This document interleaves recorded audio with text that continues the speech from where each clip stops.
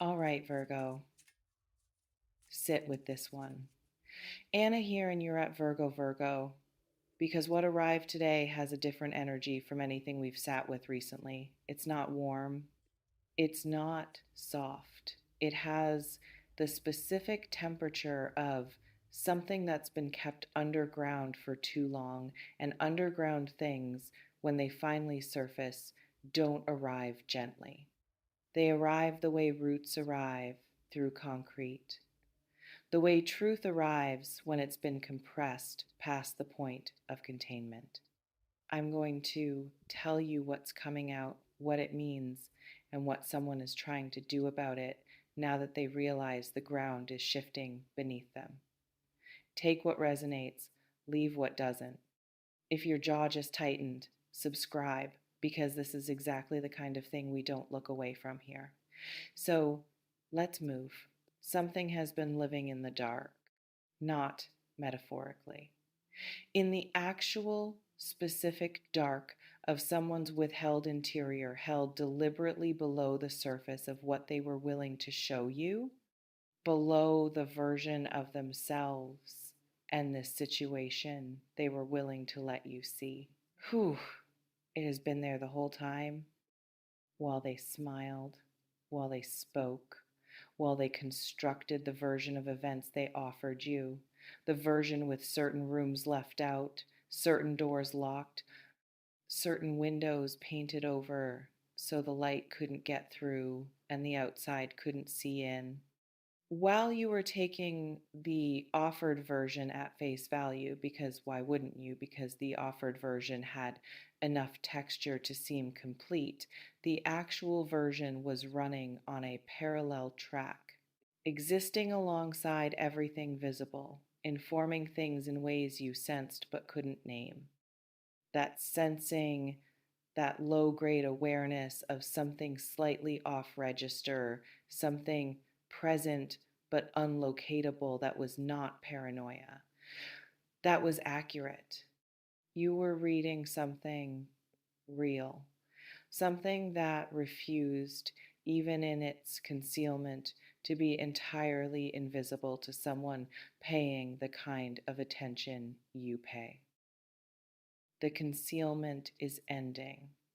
Not by choice, not theirs anyway, but because things kept underground eventually find their way up, because the pressure of the hidden accumulates until the container cracks, because certain truths, however carefully managed, have a half life, and whatever half life this one was given has expired.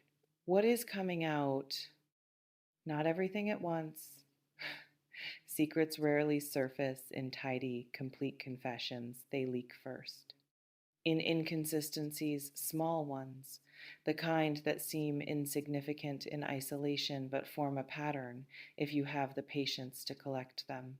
In contradictions between what someone said at one point and what they say now, in the specific discomfort a person radiates when a particular subject is approached, that fractional stiffening, that nearly imperceptible shift in the quality of their attention, the way certain topics seem to change the air around them before any words have been exchanged.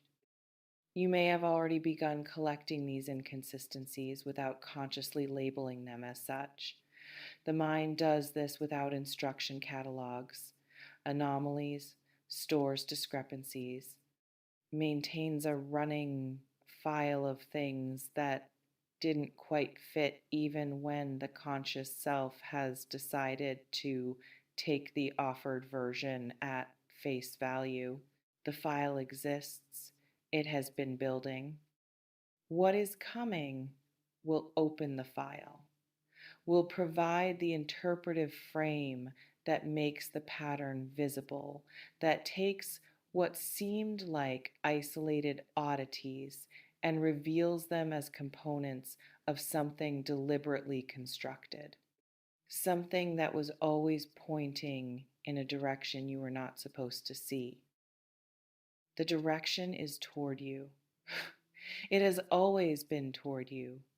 This person's secret has your name embedded in it, not incidentally, not peripherally, but at the center of it. Now, the chain, this is the part that requires the clearest seeing. Because what is happening right now in the space between the secret beginning to surface and its full visibility is that someone is scrambling, moving fast in the way of a person who senses that a story they have carefully maintained is about to collapse and is desperately reinforcing the structure before it does. The reinforcement looks like connection. It looks like reaching. It looks like suddenly, urgently being the version of themselves most likely to make you want to stay. Stay in the dynamic, stay in the conversation, stay in the orbit of their influence long enough for them to regain control of the narrative before it escapes them entirely. This is the wanting to stop you from moving on. Not because your moving on breaks their heart, though they may tell you it does, and they may even partially believe it, but because your moving on removes the audience, removes the person whose continued presence in this dynamic has been serving a function they are not going to explain to you voluntarily. You have been serving a function that is the uncomfortable truth at the center of this. And the secret, when it fully surfaces, will clarify what that function was, will make visible the architecture of something you were placed inside of without being given the blueprint. Let's talk about what moving on actually means, because the phrase has been flattened by overuse into something almost meaningless, and what it means in this specific context is precise and worth the precision. Moving on is not forgetting, it is not the erasure of what happened or the pretense that it didn't matter. It is not even necessarily the severing of all contact or the construction of new life in a direction that has nothing to do with the old one. Moving on is the withdrawal of your energy from something that has been consuming it without return. Whew. The redirection of your attention, the full, specific, valuable quality of your attention toward things that deserve it. Away from the maintenance of a dynamic that was never as mutual as it was presented, away from the story you were handed toward the story that is actually yours. And that withdrawal, that quiet, deliberate, increasingly visible withdrawal is what this person is responding to right now. They can feel it. The way you feel a change in temperature before you can articulate where it's coming from. They sense that the ground beneath their access to you is shifting. That something in you that was previously available has begun incrementally to become less so. And they are afraid of it in the specific way of someone who has built something on a foundation they never disclosed, who now watches that foundation begin to move and understands with a clarity they have perhaps never allowed themselves before exactly what they stand to lose. Secrets and the people who keep them share a particular relationship with power. The secret is the power, not always in a calculated, predatory way. Sometimes this is simply how certain people have learned to operate, learned that information controlled is influence maintained, learned through a lifetime of particular experiences that transparency costs more than they have ever been willing to pay. But regardless of how conscious the calculation, the architecture of what was hidden, was serving a function that had something to do with keeping the balance of this dynamic weighted in a particular direction. When the secret surfaces, the architecture destabilizes. The weight that was invisible becomes visible. The hidden room in the house is suddenly open, and once a room has been seen, it cannot be unseen. The floor plan of everything changes.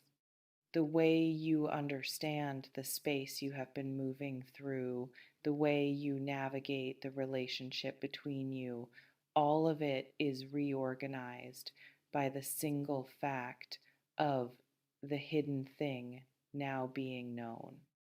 This reorganization is not comfortable. It may not be clean. It will require you to revise things you thought were settled, understandings, arrangements, the particular way you had configured your own emotional investment in this situation. Some of that revision will feel like loss. Some of it will feel, after the initial disorientation, like relief, like the specific exhale of someone who has been breathing shallow for too long and is only now, in the opening of the hidden room, able to take a full breath. Hold on for the relief. It comes after the revision, the attempt to stop you, to anchor you, to reattach what has been detaching. Whew, it will come in a form that is designed specifically for you, not a generic appeal, not the kind of thing that would work on anyone because this person knows you, has been paying attention, perhaps more attention than you realized, to what moves you, to what makes you stay, to the specific combination of things that bypasses your discernment and lands in the place where your loyalty lives, your loyalty to people, to histories, to the version of something that you witnessed at its most real, even if what surrounded it was manufactured. They will reach for that, will construct their appeal around whatever is truest between you, whatever genuine thing existed inside the constructed thing, because that is what they have available, and because they know it has weight with you. They are not entirely wrong that it has weight. The genuine thing was real. Your response to it was real. But a genuine thing inside a false architecture does not redeem the architecture. Gold in a building does not make the building structurally sound. And what you are being asked to do, to stay, to re-anchor, to allow the withdrawal of your energy to reverse, is not being asked in service of the genuine thing. It is being asked in service of what the genuine thing was embedded in, which is the part that does not serve you. Know the difference. This is the work of this moment, knowing the difference between the real thing that existed and the structure that housed it, honoring one without being re-anchored by the other. The moon in this, the night. There is a reason secrets surface at night. Not only practically, though, the night creates its own particular loosening of the vigilance that keeps things contained, but symbolically, because night is the time of things that cannot maintain their concealment in the full scrutiny of daylight, of things that can only be seen when the ordinary light that makes the surface look solid is removed, of things that have been waiting for the particular quality of darkness that makes the hidden visible to those who have learned to see without the light. Something is becoming visible to you.